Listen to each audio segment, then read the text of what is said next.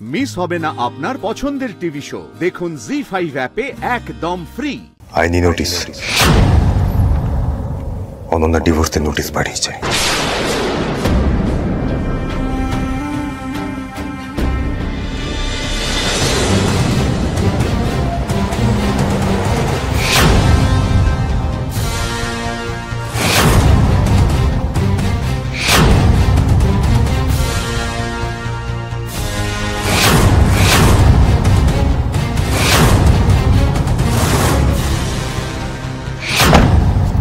একটু আতর লাগিয়ে যাও ভাগ্নে, মেয়েরা আবার এই সুগন্ধি খুব পছন্দ করে।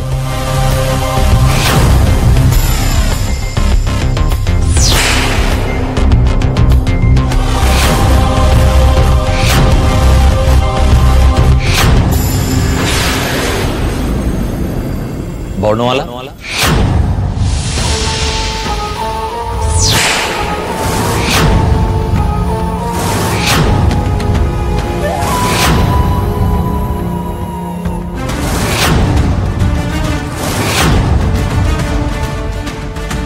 চন্দ্রাশিস রায় এখানে?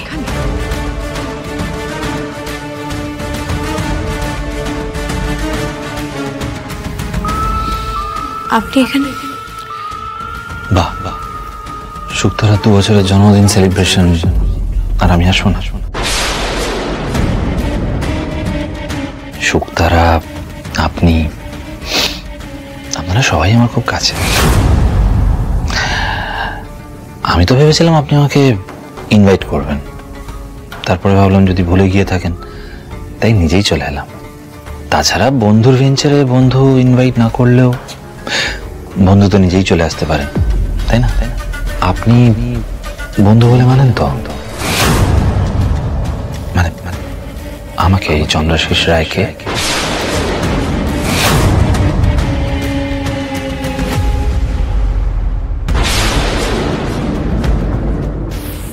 কি হলো, চুপ করে গেলেন যে?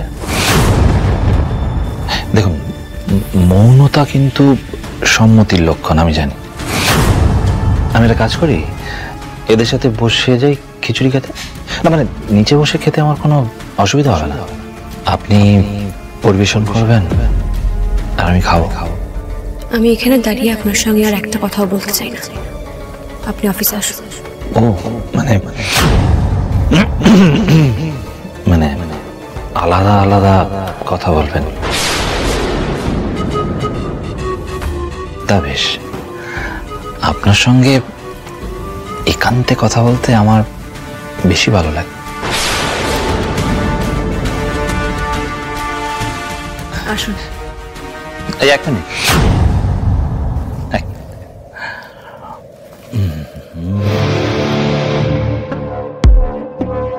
বার্থডে কেক বলে কথা। চল।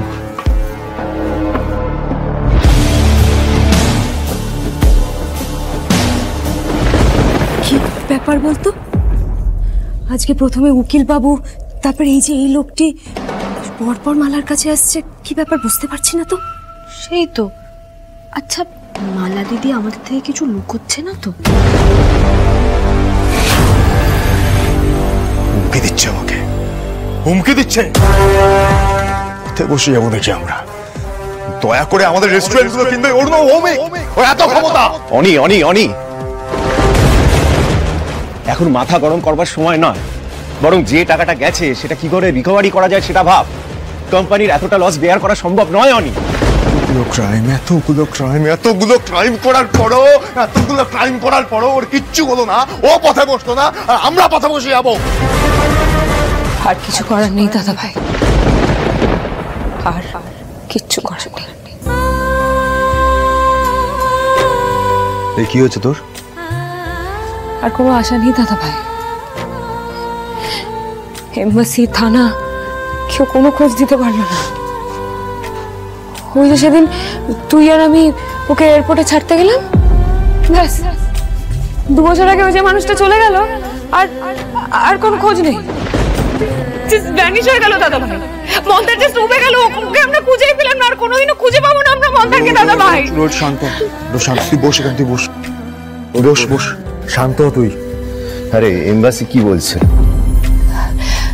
বুঝতে পারছো না তোমরা, তোমরা কেউ বুঝতে পারছো না। আমরা আর ওকে খুঁজে পাবো না। যদি খুঁজে পাওয়ার হতো তাহলে এতদিনে একটা না একটা খোঁজ ওর আমরা ঠিক পেতাম, কিন্তু আমরা কিচ্ছু পাইনি এখনো। শান্ত হ, দাঁড়া দাঁড়া দাঁড়া। ঠিকই বলিস, অনেকগুলো দিন হয়ে গেল। আমাকে একটু ভাবতে দে, আমাকে একটু ভাবতে দে। অনি আমার মনে হয় আমাদের কোনো উপরতলার সোর্স কাজে লাগাতে হবে। ও পারতো দাদা ভাই, আমরা পারি না। শ্যামলী পারতো, আমরা পারি না দাদা ভাই। আমাদের আর কিছু ভালো হবে না, কিছু ভালো হবে না, আমাদের আর কিছু ভালো হবে না, কিছু ভালো হবে না, কিছু হবে না। থাম, থেমে যা। আমাকে থামালে কি সব ঠিক হয়ে যাবে দাদা ভাই? তুই দেখতে পাচ্ছিস না, তুই দেখতে পাচ্ছিস না যে শ্যামলী চলে যাওয়ার পর সবটা কিরকম এলোমেলো হয়ে গেল? শুধু যে তুই আর আমি ভালো নেই তা তো নয়, আমাদের পুরো জোড়া বাড়ি ছন্ন ছাড়া হয়ে গেছে। শ্যামলী চলে গেছে, আমাদের বাড়ির লক্ষ্মী চলে গেছে। রোহিণী থামো, অনেকক্ষণ ধরে বলছি চুপ করতে। কাকে নিয়ে কথা বলছিস তুই, যে রাত্রে অন্ধকারে পালিয়ে যায়? আরে কোন রূপ কথা নিয়ে বেঁচে আছিস তুই এখনো? তুই শ্যামলীকে ভুল বুঝছিস দাদা ভাই। শ্যামলী চলে গেছে কারণ ও চেয়েছিল তুই আর অনন্যা। একটা কথা না, আমি যেন এই নামটা দ্বিতীয়বার আর তোর মুখে না শুনতে পাই বলেই লাগলো। যে বিপদ দেখলে পালিয়ে যায়, একজন স্বার্থপর, একজন এসকেপিস্ট, তার নাম আমি আর দ্বিতীয়বার শুনতে চাই। কোনোদিন শুনতে চাই না কিন্তু নাম আমি তোর মুখে। আমি বলেই লাগলো, অনেকবার বলেছি তোকে। এদিকে মাথাটা ঠান্ডা কর। আমার মাথা ঠান্ডা, চোখে বলো। আচ্ছা অনি শোন, তুই বলতে পারিস আমরা কেন এত সহজে হাল ছেড়ে দিচ্ছি? সবকিছু তো এখনো শেষ হয়ে যায়নি। আমরা তো একটা কোনো নতুন প্ল্যান করতে পারি। আমরা তো আবার গ্রেট বেঙ্গলকে ঢেলে সাজাতে পারি। কি পারি না? ঢেলে সাজাবে? কি বললে এক্ষুনি তুমি? আর ঢেলে সাজাতে গেলে না টাকা লাগে, ফান্ড লাগে। ফান্ড আছে আমাদের কাছে। অর্ডার আসবে, সামনেই তো সিজন। বাবা, একটা কথা তুমি বুঝতে পারছো না বোধহয়। সব খুচরো অর্ডারে আমাদের কিছু হবে না, আমাদের বড় অর্ডার চাই। অনিকেত মল্লিক, হ্যাঁ বলুন। আপনার নামে কোর্টে চিঠি আছে। কোর্টের চিঠি? এই কোর্টের চিঠি হঠাৎ করে কি হলো রে? তো আমার নামেই আছে দেখছি।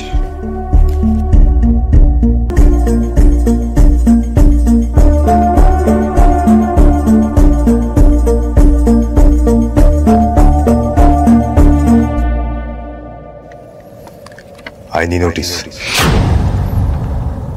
অনন্যা ডিভোর্সের নোটিশ পাঠিয়েছে।